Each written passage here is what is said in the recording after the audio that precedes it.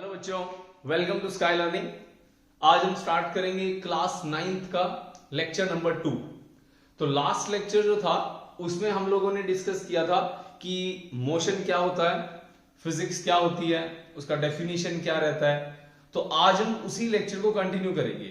तो उसमें last lecture में हम लोग डिस्कस कर रहे थे oscillatory motion and vibratory motion. ठीक है, तो इसमें क्या रहेगा हमारा ऑसिलेटरी।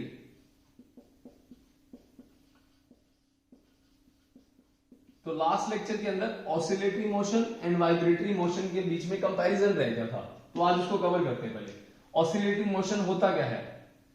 तो an object, when an object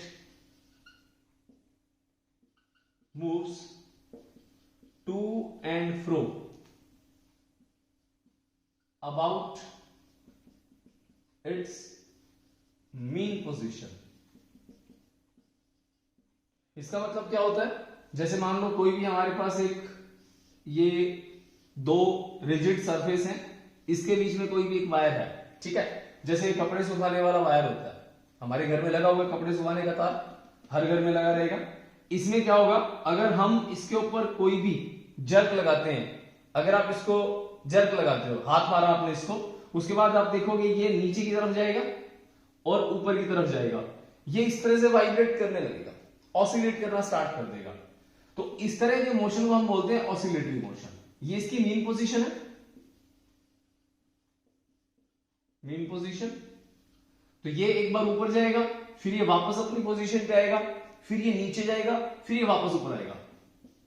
तो ये अपनी मीन पोजीशन के अबाउट टू एंड फ्रो, या इसको बैक एंड फोर्थ भी बोल देते हैं। बैक एंड फोर्थ का मतलब क्या रहता है, आगे पीछे होना। टू एंड फ्रो मतलब आगे पीछे रहना। अब इसके अंदर जो फ्रीक्वेंसी रहती है,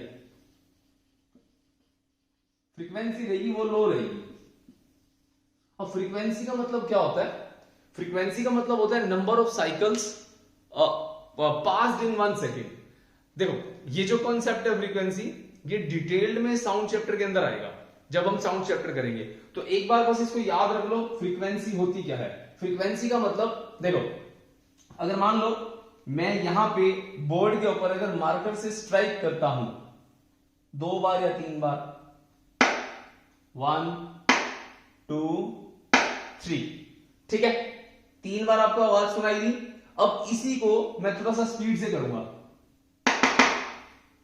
ये जो मैंने फास्ट किया, इसका मतलब यहां पे जो इसकी साइकिल थी, मतलब जो इसका रिपीटिशन था, वो कम टाइम में ज्यादा था। और पिछले वाले में क्या था, मैंने इसको स्टॉप कर करके, जैसे 1 2 3, नेक्स्ट टाइम क्या किया, यहां फ्रीक्वेंसी ज्यादा होगी। समझ में आ गया? ओके, तो फ्रीक्वेंसी इसकी क्या रहती है, लो रहती है। अब ये मैंने क्यों बताया, क्योंकि मुझे वाइब्रेटरी मोशन समझाना है। वाइब्रेटरी मोशन में और ऑसिलेटरी में डिफरेंस क्या रहता है। ये हमारा ऑसिलेटरी, दूसरा हमारा वाइब्रेटरी। देखो वाइब्रेटरी मोशन भी यही होता है कि किसी भी ऑब्जेक्ट का अपनी मीन पोजीशन के अबाउट टू एंड फ्रो होना और बैक एंड फोर्थ होना। बस दोनों में डिफरेंस क्या रहेगा, ऑसिलेटरी जो है लो फ्रीक्वेंसी के साथ होता है, वाइब्रेटरी जो होता है वो हाई फ्रीक्वेंसी के साथ होता है। इसमें आप ना ये कपड़े सुखाने वाला तार के अलावा आप एक और एग्जांपल भी ले सकते हो, जैसे motion of a simple pendulum. कोई भी पेंडुलम है, इस तरह से ये पेंडुलम है, ये लेंथ होती है, ये किसी भी रिजिड सरफेस के साथ आपने बांध दिया, ये इसकी लेंथ होगी, इसको बोलते हैं बॉब। जो एक स्ट्रिंग के साथ नीचे, घड़ी में देखा होगा आपने, घड़ी के नीचे एक रॉड के साथ एक मास अटैच किया जाता है, इसको बॉब बोलते हैं। ये इस तरह से आगे पीछे होता रहेगा। ठीक है, इसको क्या बोलते हैं हम लोग, motion of a simple pendulum. हम बोलते भी है ना, ऑसिलेट करता रहता है, जैसे झूला झूलते हैं। सिमिलरली वाइब्रेटरी मोशन क्या रहता है, मोशन ऑफ एन ऑब्जेक्ट, या when an object moves to and fro और back and forth about its mean position. ठीक है, विद हाई फ्रीक्वेंसी कर लेते हैं इसको, विद हाई फ्रीक्वेंसी।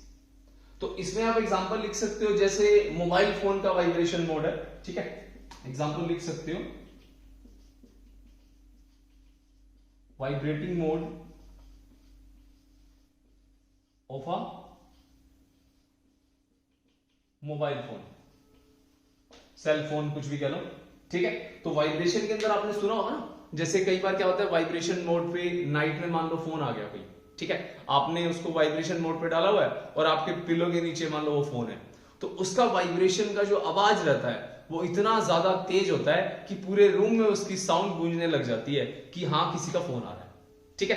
तो उसमें जो वाइब्रेशन होता है ना, जैसे ये वाइब्रेशन का मतलब क्या होता है, मोबाइल का अपनी मेन पोजीशन पे आगे पीछे वो इतना ज्यादा फास्ट होता है, उसकी आवाज बन जाती है, मतलब वो एयर मॉलिक्यूल्स को इतना डिस्टर्ब कर देता है कि उसके वाइब्रेशन की आवाज आपको सुनाई देने लग जाती है। इसको बोलते हैं कि हम वाइब्रेटरी मोड। क्लियर? ये जो मोशन है इनको आप अच्छे से नोट कर लेना दोनों को, oscillatory motion and vibratory motion, इन दोनों में डिफरेंस क्लियर कर लेना कि ऑसिलेटरी में फ्रीक्वेंसी लो होती है, इसमें फ्रीक्वेंसी हाई होती है। फ्रीक्वेंसी का मतलब क्या होता है, number of cycles passing in 1 second. Clear? अब नेक्स्ट हम डिस्कस करेंगे, ये तो था सारा का सारा मोशन के बारे में, आज हम डिस्कस करेंगे कुछ यूनिट्स के बारे में, जैसे यूनिट्स क्या चीज होती है। अब मोशन को एक्सप्लेन करने के लिए हम लोग डिस्टेंस, डिस्प्लेसमेंट, इन सब के बारे में डिस्कस करेंगे। इससे पहले एक टॉपिक आएगा जो कि हमें ये बताता है कि ये फिजिकल क्वांटिटीज क्या होती हैं, यूनिट्स क्या होती हैं, हमें यूनिट्स की नीड क्यों रहती है। क्लियर है? पहले वो डिस्कस करते हैं, उसके बाद हम डिस्कस करेंगे पैरामीटर्स ऑफ मोशन। तो सबसे पहले हम डिस्कस करेंगे यहां पे फिजिकल क्वांटिटीज क्या होती है। फिजिकल क्वांटिटीज में कंफ्यूजन रहता ही है लगभग बच्चों को ना कि फिजिकल क्वांटिटीज क्या होती हैं। समटाइम्स लिखा भी रहता है डेफिनेशंस के अंदर।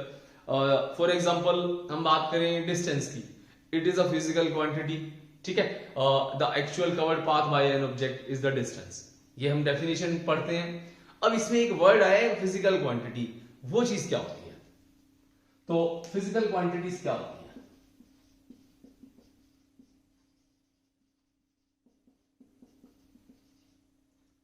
फिजिकल क्वांटिटीज ये वो क्वांटिटीज होती हैं जो मेजरेबल होती हैं। देखो फिजिक्स के अंदर आप जो भी पढ़ोगे ना, कोई भी आप टॉपिक पढ़ते हो, उस टॉपिक के अंदर आपको उसका फॉर्मूला याद होना चाहिए, और उस याद तो होना चाहिए, वन मोर थिंग, वो फॉर्मूला होगा।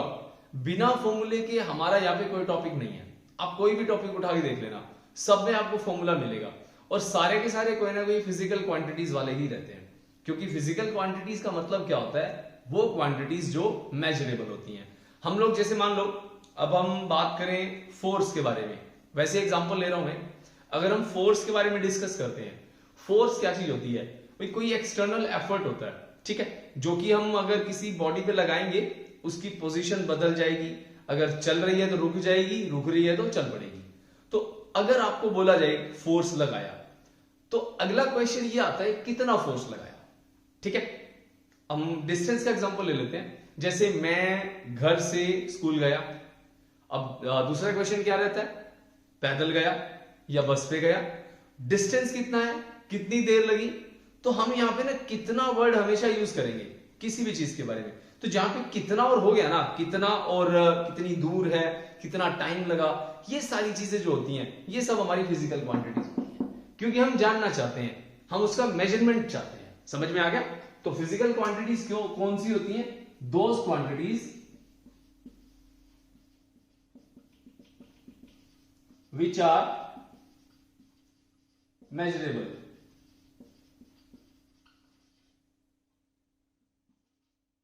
वो क्वांटिटीज जो मेजरेबल होती हैं, ठीक है।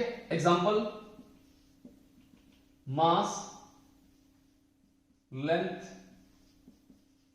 टाइम एक्सेट्रा, और भी होती हैं टेम्परेचर वगैरह, ठीक है। तो ये वो क्वांटिटीज होती हैं जो मेजरेबल होती हैं।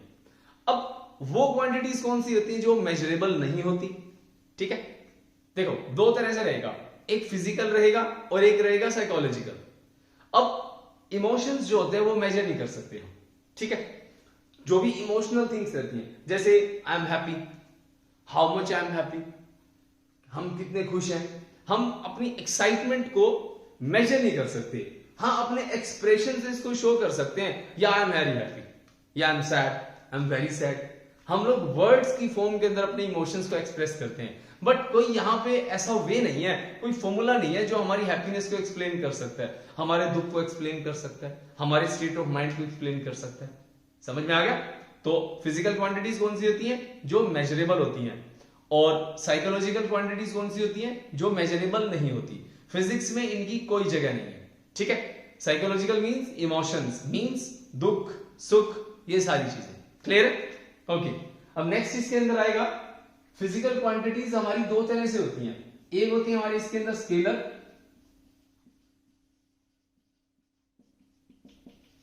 और एक होता हमारा इसके अंदर वेक्टर।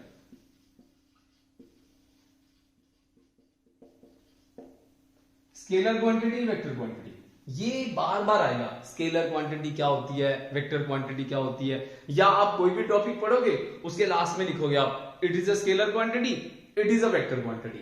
तो ये दोनों होती कौन सी हैं? तो सबसे पहले इसके अंदर हम बात कर रहे हैं स्केलर क्वांटिटीज की। स्केलर क्वांटिटीज कौन सी क्वांटिटीज होती है?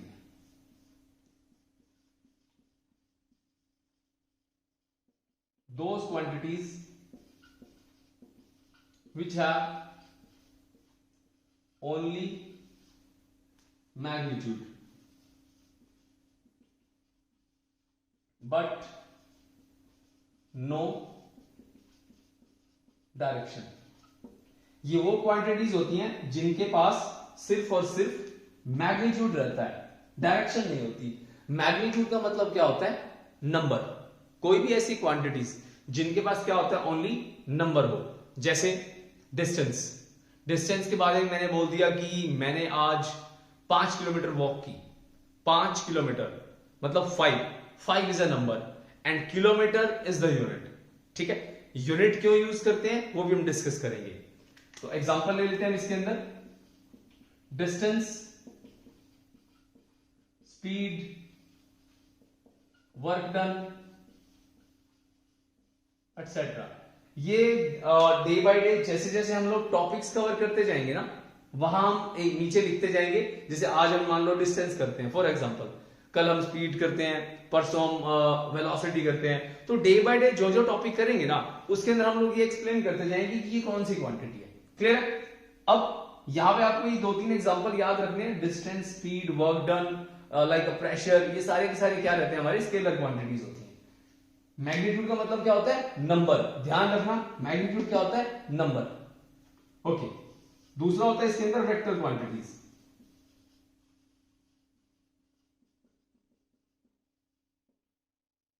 वेक्टर क्वांटिटीज कौन सी होती हैं? Those quantities which have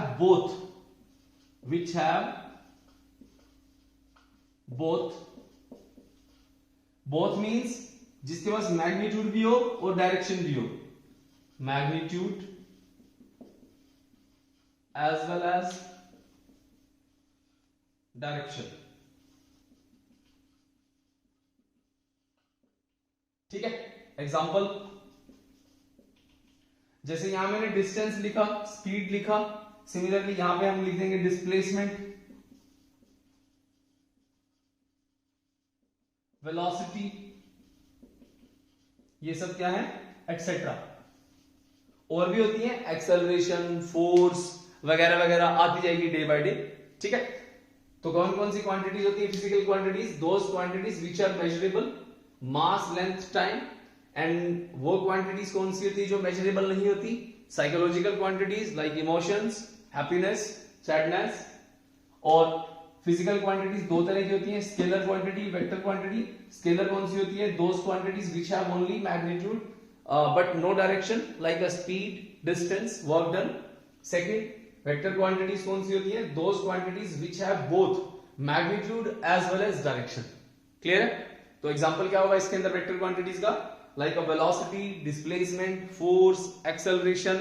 day by day हम लोग जितने टॉपिक्स करते जाएंगे सब में नीचे लिखते जाएंगे ये कौन सी क्वांटिटी है। क्लियर है?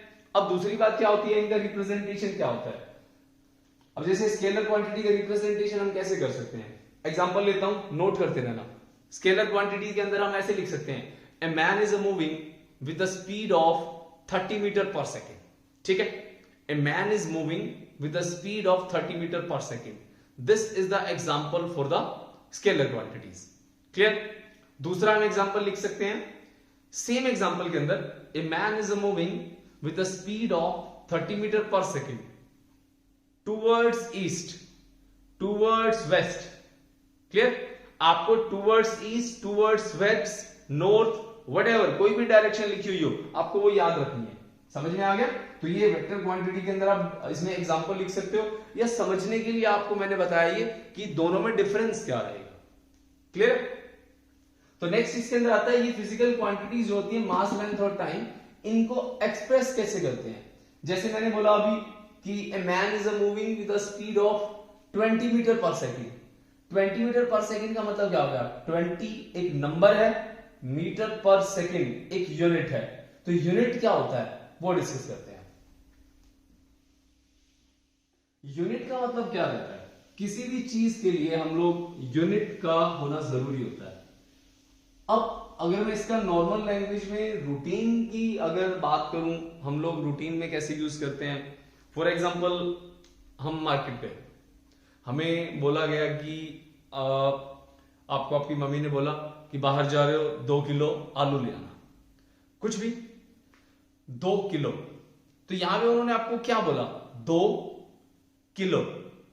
अदरवाइज क्या होता, मान लो किलो क्या है, यहां पे यूनिट है, किलो को हटा दो, किलो को साइड पे कर दो, तो आप शॉपकीपर को क्या कहोगे, मुझे 2 दे दो। क्या 2 दे दो, 2 आलू दे दो। वो क्या करेगा, वो आपको 2 आलू उठा के दे देगा। आपको क्या कहा गया था, 2 किलो। चलो आलू की बात कर लेते हैं, चलो 2 ले आए, ठीक है। अगर यहीं पे अगर मान लो बोल दे कि 2 किलो चीनी ले आओ, तो चीनी में कैसे कहोगे, 2 चीनी दे दो। 2 चीनी का मतलब क्या है, वो 2 छोटे छोटे क्यूब्स उठा के आपको दे देगा। अब 2 के बाद हमें क्या नीड हुई, यूनिट की नीड हुई ना, 2 किलो, 2 मीटर, 2 घंटे। समझ में आ गया? तो यूनिट्स क्या चीज होती है, मेजरमेंट की स्टैंडर्ड्स होते हैं। यूनिट्स क्या होता है, units these are the standards for measurement. These are the standards for the measurement. अब इसको एक्सप्रेस कैसे करते हैं, Q is equals to N into U। Q का मतलब क्या होता है बच्चों, क्वांटिटी। अभी बताया मैंने पीछे, फिजिकल क्वांटिटी, उसको Q से रिप्रेजेंट कर लो। N का मतलब क्या होता है, नंबर, और U का मतलब क्या होता है, यूनिट। Quantity, number, unit. इसका एग्जांपल लेते हैं। क्वांटिटी कौन कौन सी बताई थी मैंने, मास, लेंथ, टाइम, टेम्परेचर और करंट, कोई भी हो सकती है ना। तो हम यहां पे क्वांटिटी मान लो एक बार मास ले लेते हैं। मैंने आपको बोल दिया मास, मास को कैसे लिखेंगे, क्यू की जगह मास लिखो, क्यू को पुट कर दो मास, एन को क्या पुट करें, मान लो 1, चलो 2 कर लेते, 2। मम्मी ने बोला 2 किलो, और यू का मतलब केजी, तो इसको यहां पुट करें अगर हम, तो क्या बनेगा, मास इक्वल्स टू 2 केजी। समझ में आया? क्यू क्वांटिटी, नंबर यहां पुट किया, यू यहां पुट किया। अब समझ में आ गया, mass is equals to 2 KG. अब बात करते हैं हम लोग लेंथ की। यहां मास की जगह क्या पुट करोगे, लेंथ पुट कर दोगे, is equals to 3 metre. 3 metre. Clear है? तो यहां पे नीड हुई हमें, समझ में आ गई मेरी बात, किस तरह से हमें नीड हुई, Q means quantity, N means number, U means unit. तो यूनिट की नीड क्यों हुई, these are the standards for the measurement. तो कई जगह रेफरेंस भी लिखा रहता है, ठीक है, तो ये थोड़ा सा आसान है, these are the standards for the measurement. Okay, अब नेक्स्ट जो थिंग आई इसके अंदर हमारी, कि जो आपके पास यूनिट्स रहती हैं, इन यूनिट्स को एक्सप्रेस करने के लिए कुछ तरह के स्टैंडर्ड्स बनाए गए, ठीक है। अब जैसे मान लो आपका नॉर्मली क्या रहता है कि SI unit of distance is metre, ठीक है। और समटाइम्स देखो हाइट को भी हम मेजर करते हैं। जैसे मान लो ये दीवार है पीछे मेरे, इस दीवार को मेजर कैसे करते हैं? हम लोग फीट में मेजर करते हैं, 10 फीट, 20 फीट, ठीक है। हाइट को भी हम किस में मेजर करते हैं? फीट में मेजर करते हैं, सेंटीमीटर में मेजर करते हैं। बट इन सब चीजों के अलावा ना, मतलब देखो अब आप पढ़ रहे हो, आप नॉर्मली रूटीन में डिस्टेंस को किस में बोलते हो? किलोमीटर में बोलते हो। जैसे for example Delhi to Mumbai 2000 kilometre, for example Delhi to Mumbai 2000 kilometre. अब यहां पे हम लोग ना मीटर वर्ड यूज नहीं करते, बट मीनवाइल जब हम स्टडी करते हैं, जब फिजिक्स के न्यूमेरिकल करते हैं, तो वहां पे हम लोग क्या बोलते हैं कि SI unit of distance is metre. तो हम अलग कंट्री में जाएंगे, वहां माइल्स यूज करेंगे, कहीं पे किलोमीटर यूज करते हैं, कहीं मीटर यूज करेंगे। तो इन झंझटों से बचने के लिए ना फिजिक्स के अंदर, या साइंस की बात कर सकते हो, साइंस के अंदर ना स्टैंडर्ड्स बनाए गए।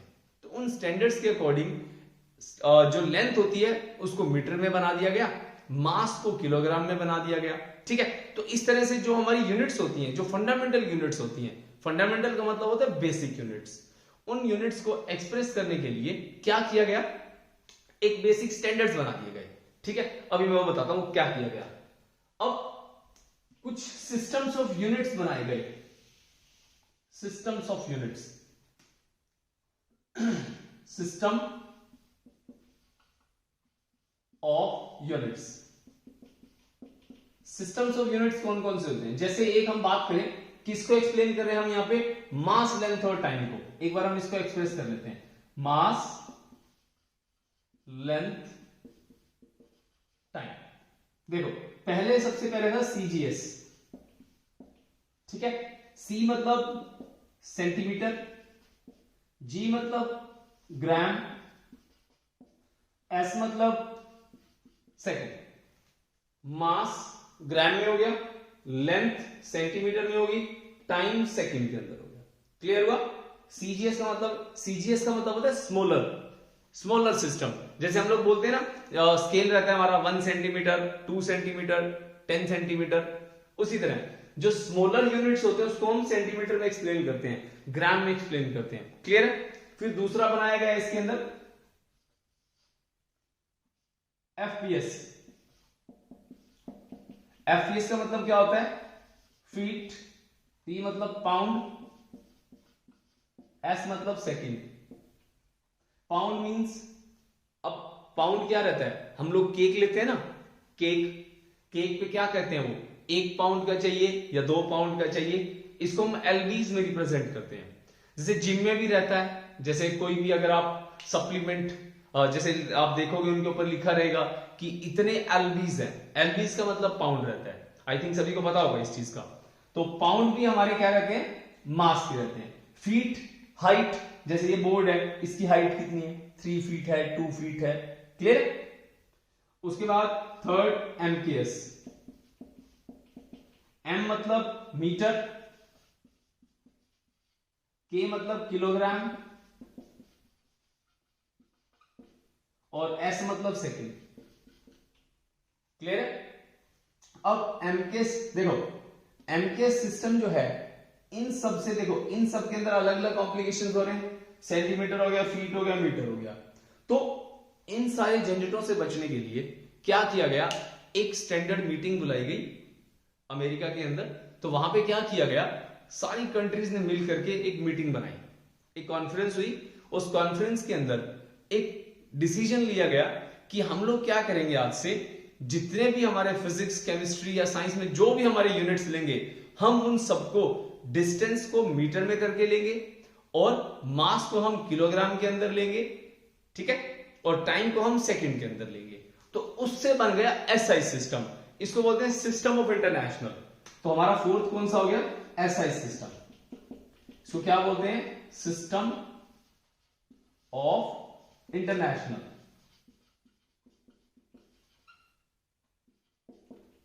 क्लियर हो गया? जैसे कहते हैं ना कि ISI मार्क्ड होगी ये चीज, मतलब इंटरनेशनली वो हर जगह कौन सी यूज हो रही है। अब कहीं पे भी आप पढ़ने जाओ, कहीं पे भी, किसी भी कंट्री के अंदर, तो वहां पे आपका लेंथ जो होगा वो मीटर के अंदर यूज होगा, मास जो होगा वो किलोग्राम में यूज होगा, और जो टाइम होगा वो सेकंड में यूज होगा।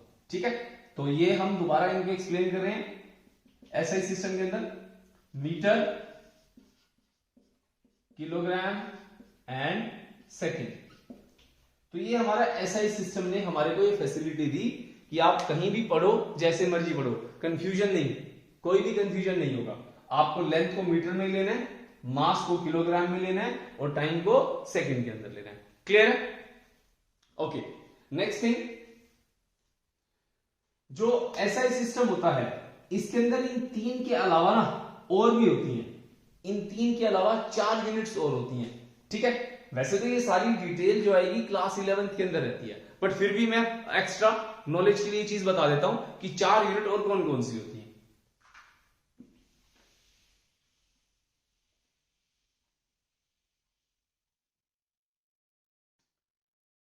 तो सबसे पहले क्या पढ़ा हमने? मास पढ़ा।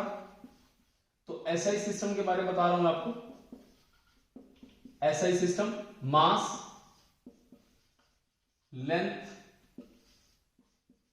टाइम और टेम्परेचर, करंट,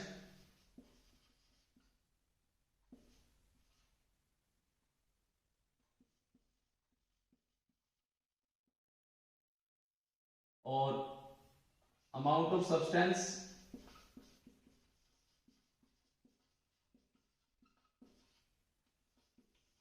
उसके बाद आता है इसके अंदर ल्यूमिनस इंटेंसिटी।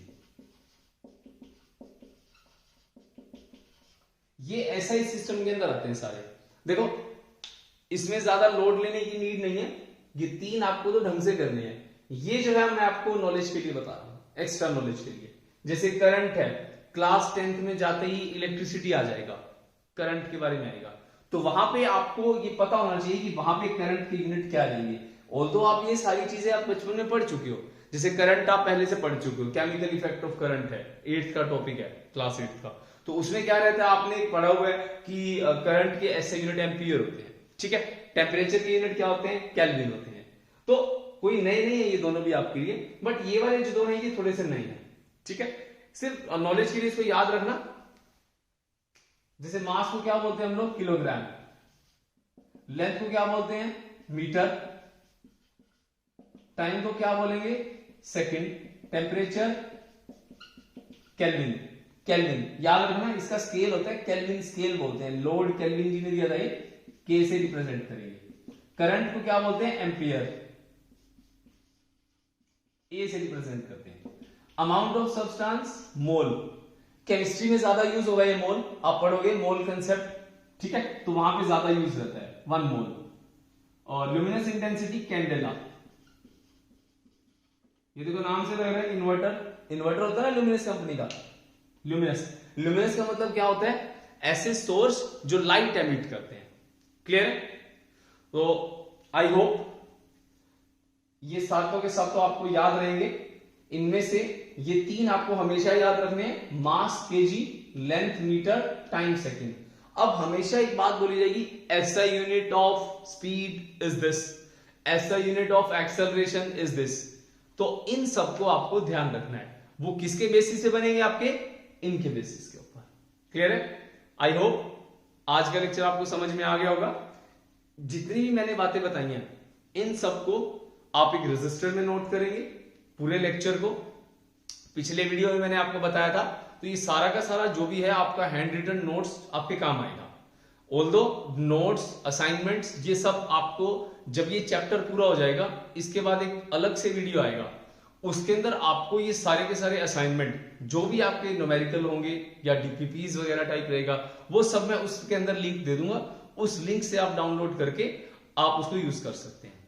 ठीक है, थैंक यू सो मच।